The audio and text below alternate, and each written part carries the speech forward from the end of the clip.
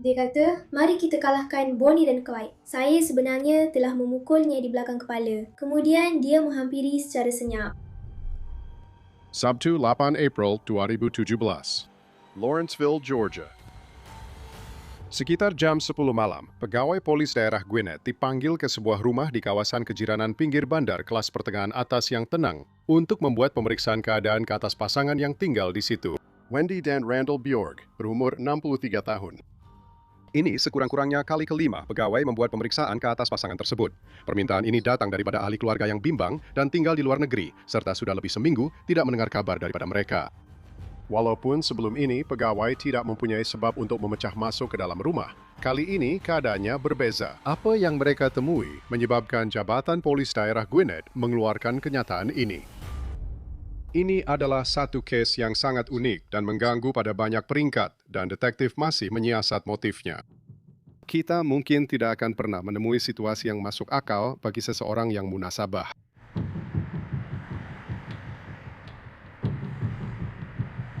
Boleh saya dapatkan nama penuh Anda? Cassandra Lee Bjorg. Dan boleh saya panggil Anda Cassie, okay? Itu nama panggilan yang mereka beri kepada Anda. Ya. Zach Cassie. Cassandra Bjorgyang berumur 17 tahun telah menghadapi pelbagai masalah.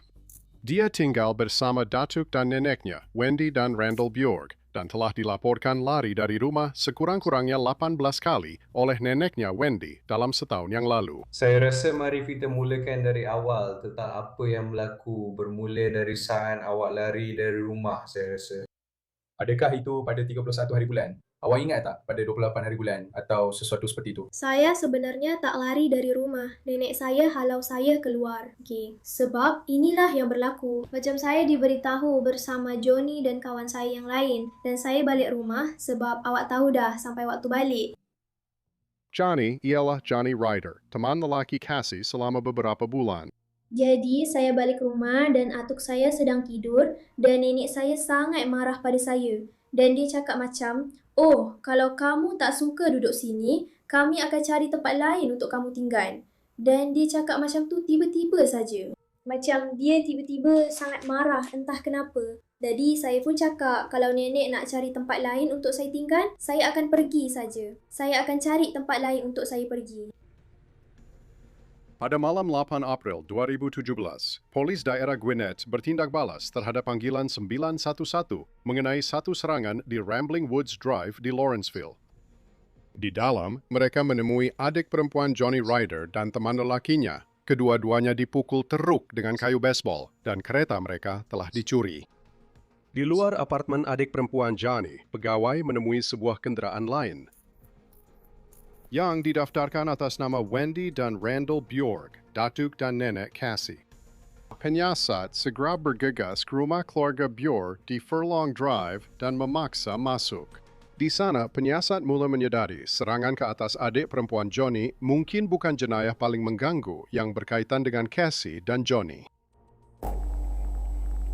Di bilik mandi dan bilik tidur tingkat atas, seorang pegawai menemui mayat datuk dan nenek Cassie dipukul dengan kejam dan tekak mereka dikelar. Pintu-pintu ke bilik tempat mereka berada telah ditutup rapat dengan bahan pengedap, mungkin untuk cuba menghalang bau daripada keluar. Sekarang, polis perlu mencari Cassie Bjorg dan Johnny Ryder. Mereka adalah suspek utama dalam kes pembunuhan dan serangan ke atas adik perempuan Johnny. Sekitar jam 4 pagi. Pada pagi 9 April, kenderaan milik adik perempuan Johnny yang dicuri ditemui di luar sebuah bangunan apartemen di Jalan McGuinness Ferry di Sewanee. Penyiasat mengawasi kenderaan tersebut, dan dalam beberapa jam, robot SWAT diaktifkan untuk memasuki bangunan itu. Tidak pasti apa yang mungkin menanti pegawai di dalam bangunan itu. Robot SWAT bergerak masuk ke dalam apartemen itu, bergerak dengan berhati-hati dari satu bilik ke bilik yang lain sebelum menemui Cassie Bjorg dan Johnny Ryder. Mengalami kecederaan akibat perbuatan sendiri. Satu cubaan bunuh diri yang dipercayai berlaku selepas rentetan jenayah mereka. Semasa menghabiskan beberapa hari di hospital, Cassie mengaku membunuh datuk dan neneknya dalam perbualan yang tidak dirakam. Penyiasat menahan Cassie dan membawanya ke Jabatan Polis Daerah Gwinnett pada 12 April. Nah, itu dia. Kamu boleh tidur di sini, biar saya tarik kamu sikit.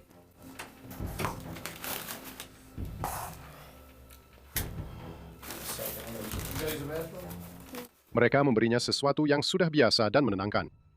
Burger dan kentang goreng McDonald's dengan harapan dapat menenangkan sarafnya dan menurunkan pertahanannya sebelum soal siasat bermula. Saya dah mula betul-betul muak dengan hospital. Saya boleh bayangkan. Tangan dan lengan bawahnya masih berbalut kain pembalut dan dirantai bersama. Detektif-detektif itu akhirnya membuka rantai dia supaya dia boleh makan McDonald's dia. Tapi sekarang masa untuk mula berbincang tentang hal sebenar. Maksudnya, kau baru saja bergaduh dengan nenek kau. Kan saya pergi. Okey, maaf, saya faham. Dan kemudian bila awak pergi ke mana? Saya cuma tinggal dengan Johnny. Kami tidur dalam kereta dia. Jadi bila awak buat keputusan untuk balik ke rumah datuk nenek awak tengah malam. Ia berlaku beberapa hari selepas itu. Mungkin 2 atau 3 hari. Awak ingat hari Sabtu Ahad? Awak ada tarikh yang tepat? Saya tak betul-betul ingat. Macam saya pun tak pasti hari apa sebenarnya kami masuk ke dalam rumah itu. Ia bukan idea saya pada mulanya. Macam mana dia boleh dapat? Saya rasa apa sebenarnya yang dicakap dan dalam konteks apa perkara itu timbul? Ia mula-mula tanya saya, adakah awak takut mati? Dan saya jawab tidak. Dan saya tanya dia, adakah awak takut mati? Dan dia jawab tidak. Dan dia cuma bercakap tentang bagaimana kita boleh lari bersama. Awak tahu, macam angan-angan tu. Dan dia tanya saya, dia macam, adakah awak akan bunuh datuk nenek awak? Dan saya macam teragak-agak sekejap. Lepas tu saya tanya, kenapa? Dan dia cuma cakap, entahlah, masa saya sebab dia mungkin tahu semua yang saya lalui dengan seluruh keluarga saya. Dan dia faham, awak tahu, apa yang saya betul-betul nak buat hanyalah lari dari semua benda dan teruskan hidup saya sendiri. Macam hubungan saya dengan datuk nenek saya pun tak baik. Ia mula jadi sangat teruk, awak tahu, macam... Masa kamu jumpa di taman tu, dia pernah bincang tak rancangan sebenar? Macam mana kamu nak buat atau apa-apa macam tu? Atau macam... Apa tu? Cepat. Mula-mula kami bercakap tentang pukul berapa kami patut pergi ke rumah itu dan macam mana kami nak buat semua ni. Awak tahu macam awak tahu bahan apa yang kita perlukan untuk buat semua ni. Jadi kami mula bercakap tentang perkara itu. Dan kemudian jadi kami putuskan untuk pergi sekitar tengah malam atau pukul 1:30 sebab nenek saya biasanya tidur sekitar pukul 11:30 atau 12. Jadi kami putuskan macam awak tahu kami akan letak kereta di hujung jalan. Dan taman itu memang betul-betul terletak di belakang halaman rumah saya. Macam taman kejiranan. Jadi bila kamu semua sampai ke pagar belakang, apa yang kamu semua buat seterusnya? Macam mana kamu bergerak ke rumah? Kami naik tangga. Tangga ada itu? Ya, dek belakang. Dan nenek saya masih belum tidur kerana kami sampai agak awal.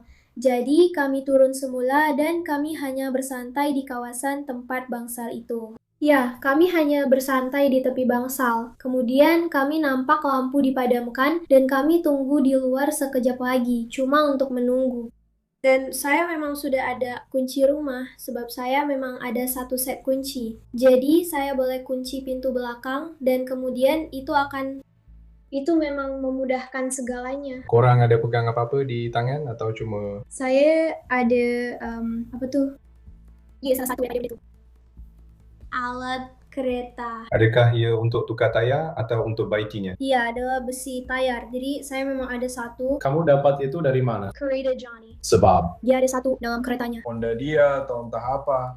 Dan Johnny hanya guna penumbuknya. Dan dia bawa beg galas hitam yang ada duct tape di dalamnya. Dan ada juga besi tayar di dalamnya. Dan ada juga sarung tangan di dalamnya. Sebab kami juga pakai sarung tangan. Saya naik ke atas. Dia masuk ke bilik datuk saya dan kemudian saya masuk ke bilik nenek saya. Dan kemudian, adakah awak dengar apa yang sedang berlaku di sana? Dan adakah itu jadi isyarat untuk awak mula bertindak terhadap nenek awak? Ya, dia mula melakukannya dan kemudian saya boleh dengar datuk saya menjerit dan mereka bergaduh. Dan kemudian saya mula rasa teruja dan pada masa itulah saya mula memukul kepala nenek saya. Jadi awak ambil besi tayar itu? Saya mula memukul kepalanya dengan benda itu. Dan awak tahu, saya dah tak dengar Johnny buat apa-apa lagi. Jadi dia masuk ke dalam bilik bersama saya dan nenek saya. Dan awak tahu, dia tolong saya ikat nenek saya dengan duct tape. Dan Macam mana awak ikat? Macam mana awak buat tu? Adakah hanya tangan dia atau saya... sudah ikat tangan dia, saya ikat seluruh kepala dia dan kemudian saya ikat buku lali dia. Dan kemudian saya seret dia ke dalam bilik datuk saya dan kemudian Johnny minta saya pergi ambil beberapa pisau. Jadi saya ambil beberapa pisau dari dapur di bawah dan saya ambil 3 pisau daging yang besar. Dan masa itulah dia mula macam menikam datuk saya sebab lepas itu saya naik semula ke atas sebab saya seret nenek saya ke dalam bilik datuk saya. Jadi kedua-dua mereka ada di situ.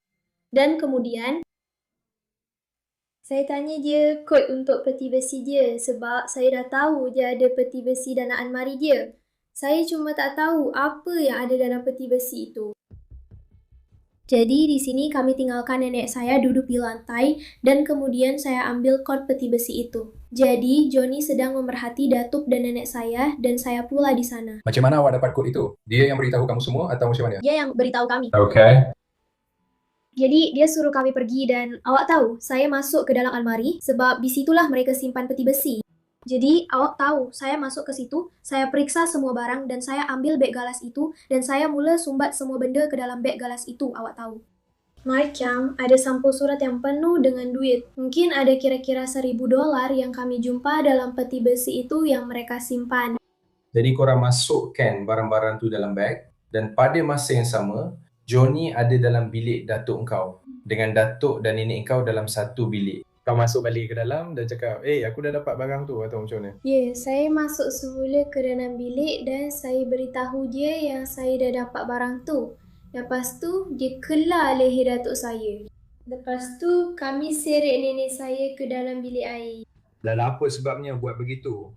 Hanya untuk bawa dia ke bilik air. Ya, saya pun tak tahu kenapa kami bawa dia balik ke bilik air. Saya rasa kami tak nak bawa dia masuk ke bilik tidur. Okey. Jadi kami cuma bawa dia masuk ke bilik air. Dan kemudian, lepas tu Johnny kelar leher dia juga. Dan sebenarnya saya pukul belakang kepala dia dengan tayar. Bukan betul-betul belakang kepala, tapi dekat tempat tulang belakang tu. Sebab dia cakap dengan saya kalau pukul kat situ, satu hentakan yang kuat boleh terus pengsan dan lepas tu mati. Dan dia macam pura-pura mati sekejap. Macam saya akan tahu tak tengok dia dan saya nampak dia masih bernafas. Dan saya akan cakap, Johnny, dia masih hidup. Apa ni? Dan kemudian macam Johnny akhirnya memberikan pukulan terakhir.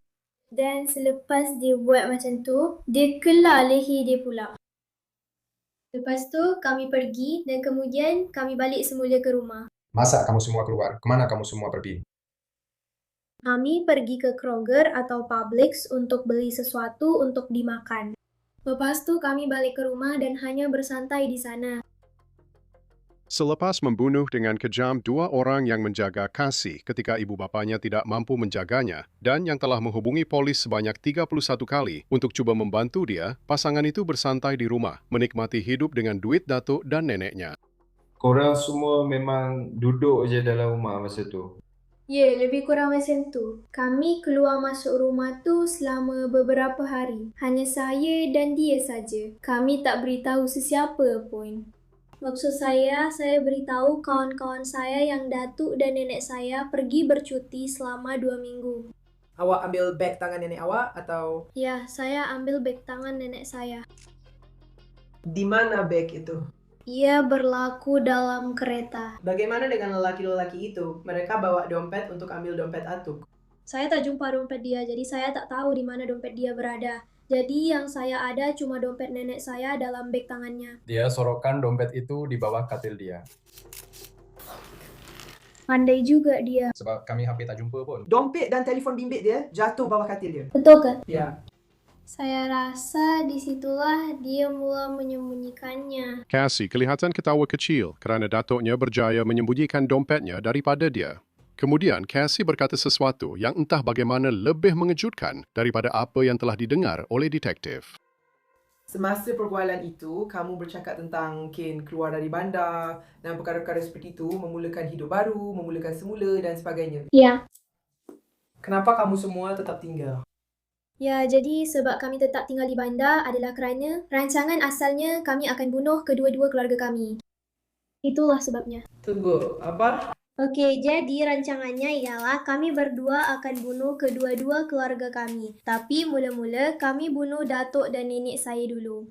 Kemudian itulah sebabnya kami pergi ke rumah Johnny dan kami serang kakaknya dan teman lelakinya kerana dia mahu bunuh keluarganya. Okay. Jadi macam kami tinggal di bandar selama beberapa hari sebab kami tahu kami nak cari duit, kami nak bersedia untuk pergi. Dan kemudian rancangan itu cuma pergi ke rumah dia macam langsung tak menjadi. Semuanya jadi makin teruk lepas tu. Dan tentang rumah Johnny, awak pergi ke sana sebelum semua orang lain balik malam itu? Ya, sebab rancangan kami macam ni. Kenapa awak tak nak serang mereka masa mereka sedang tidur? Saya tak pasti kenapa kami tak buat macam tu, tapi dia macam cakap ia akan jadi lebih mudah kalau kami tunggu mereka balik seorang demi seorang supaya kami boleh tumbangkan mereka seorang demi seorang, ya. Dan dia sebenarnya tak jadi urgent tu pun. Idea siapa tu? Adakah itu juga dibincangkan di Taman Petri Ridge? Itu idea Johnny. Sebab itulah ditanya saya sama ada saya nak bunuh datuk dan nenek saya. Sebab dia sendiri memang dah nak bunuh keluarganya. Dan dia macam, jom jadi Bonnie dan Clyde. Awak cakap macam tu. Ya. Saya macam, okey. Itulah yang saya cakap dulu masa...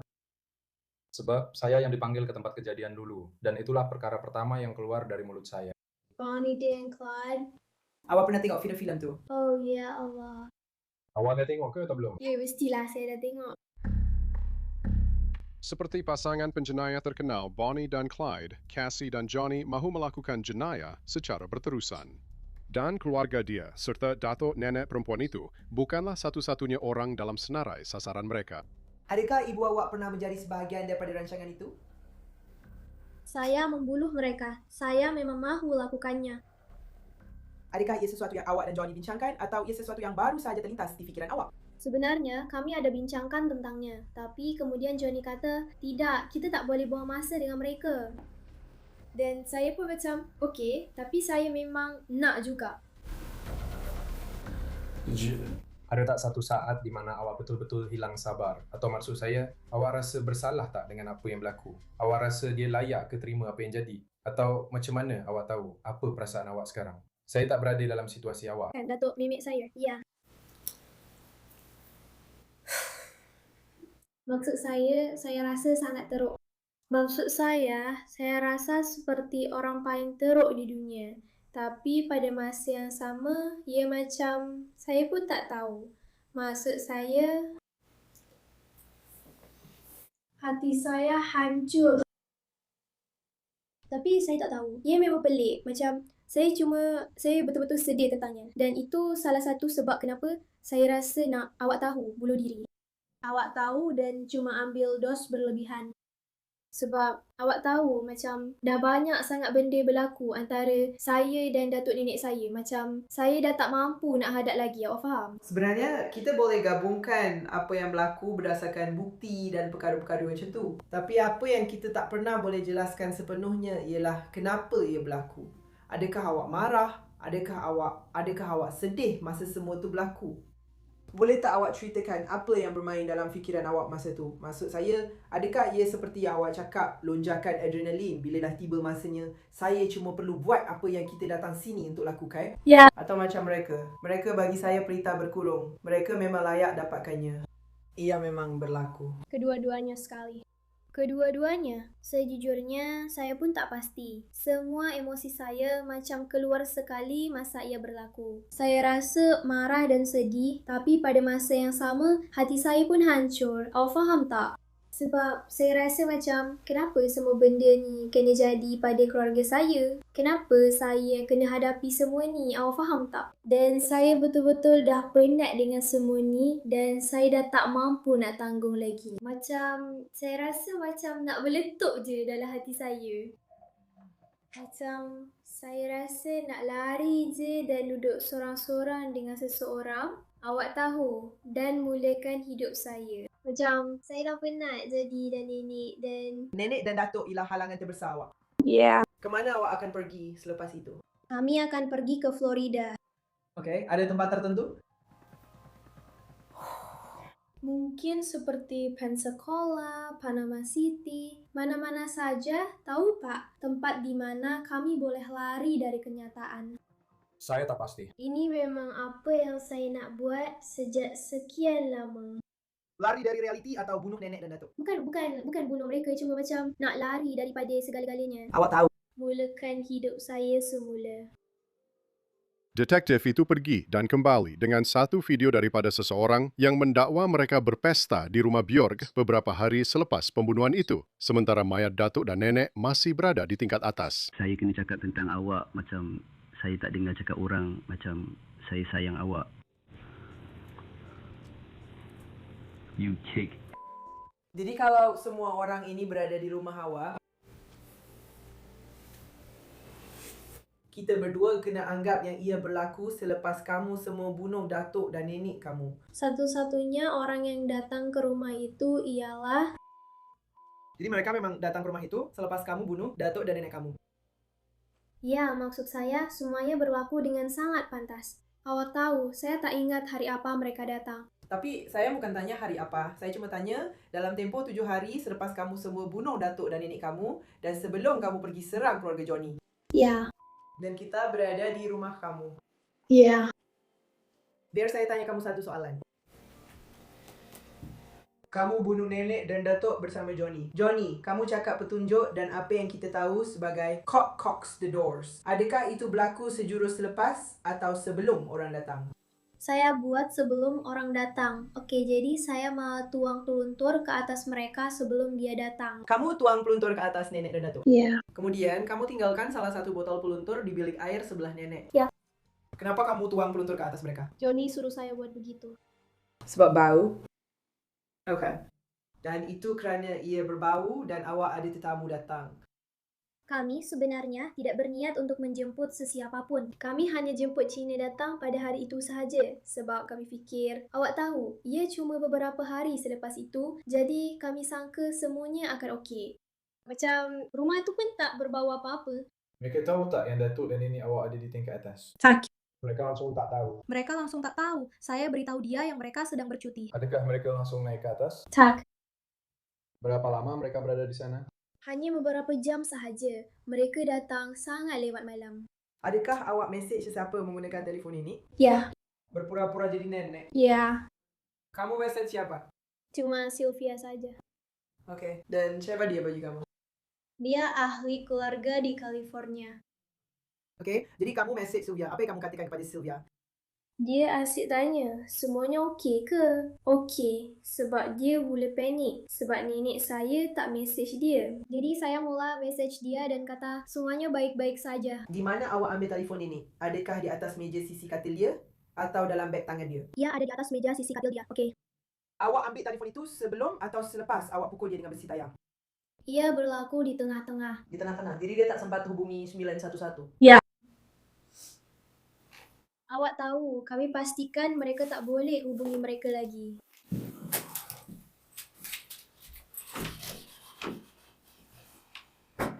Tiada orang lain datang ke rumah itu. Selepas hampir 2 jam di dalam bilik soal siasat, nampaknya detektif-detektif sudah cukup dengan sikap tenang Cassie. Ia dilaporkan di semua berita. Ya.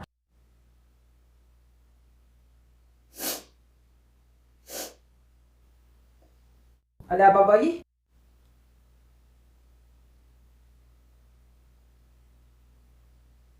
Ia hanya.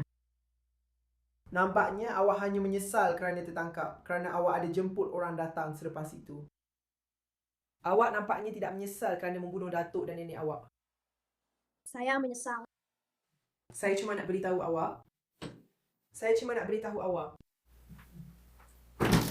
Takkan jadi apa-apa.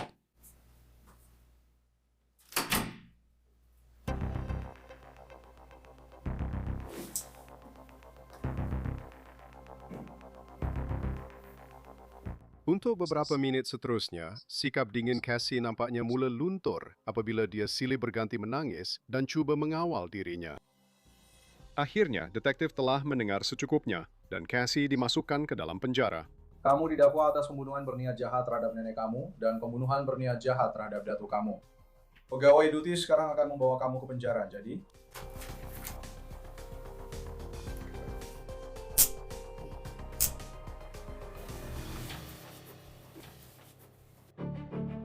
Cassie Bjord dan Johnny Ryder didakwa dengan 2 pertuduhan pembunuhan berniat jahat kerana membunuh Wendy dan Randall Bjorg, serta 2 pertuduhan serangan teruk kerana menyerang adik perempuan Johnny, Mindy dan teman lelakinya. Pada Februari 2018, mereka berdua mengaku bersalah atas semua pertuduhan. Mereka masing-masing dijatuhi 2 hukuman penjara seumur hidup. Semasa hukuman dijatuhkan, Johnny memohon maaf atas tindakannya dengan berkata, "Saya tahu apa yang saya lakukan adalah keji dan jahat, serta layak menerima azab neraka. Saya ingin menyampaikan permohonan maaf yang paling mendalam kepada keluarga Bjorg. Saya benar-benar minta maaf atas kesakitan dan kesedihan yang telah saya sebabkan kepada Anda semua." Cassie, dengan keluarganya yang sedang memerhati, tidak berkata apa-apa.